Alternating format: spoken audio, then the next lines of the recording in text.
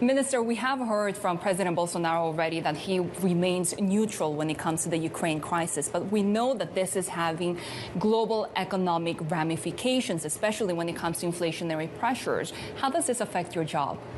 Well, certainly inflationary pressures from food, from energy. Ukraine is about grains, and Russia is about fertilizers as far as Brazil is concerned. But we are concerned with the world inflation.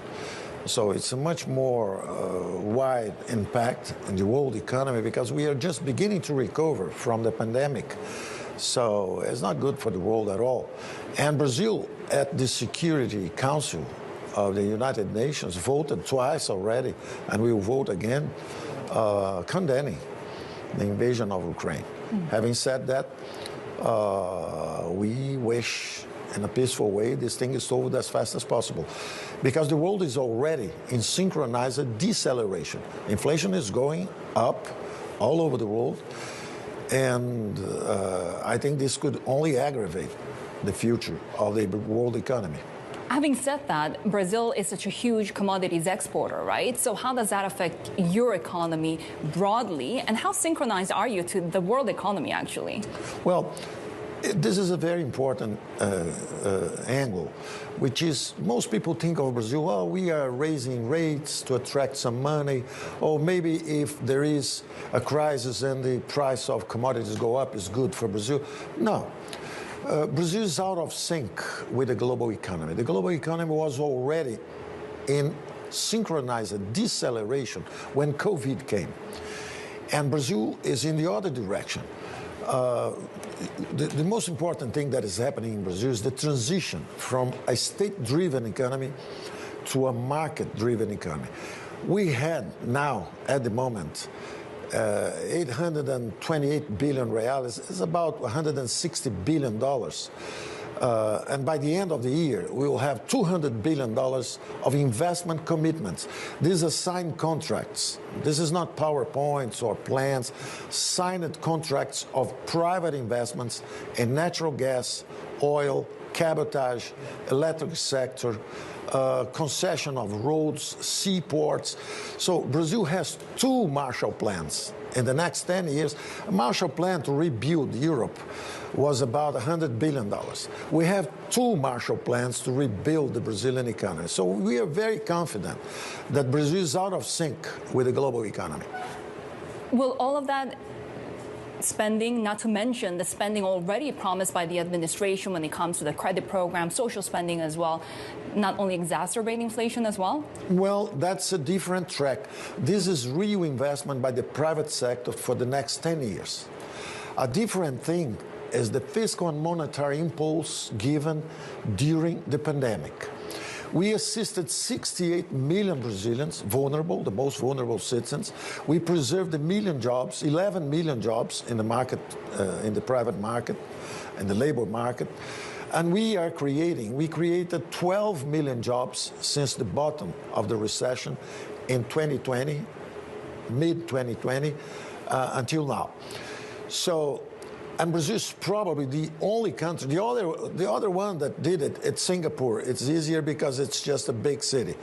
But Brazil is probably the only country that pulled out the monetary and fiscal incentives during the pandemic. So inflation in Brazil could be even lower than the US in this year. Let's see what happens. Okay.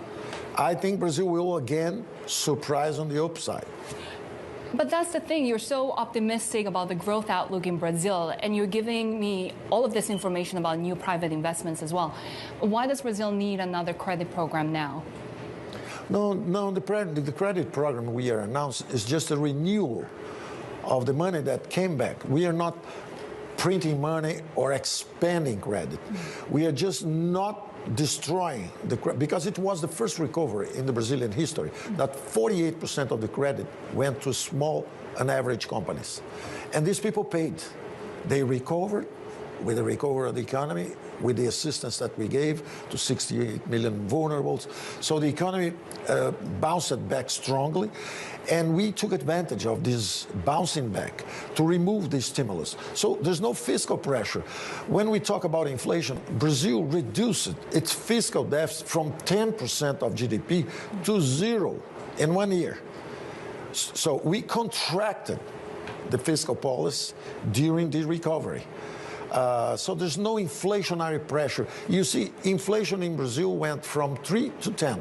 Inflation in the U.S. from 0 to 7.5. Right.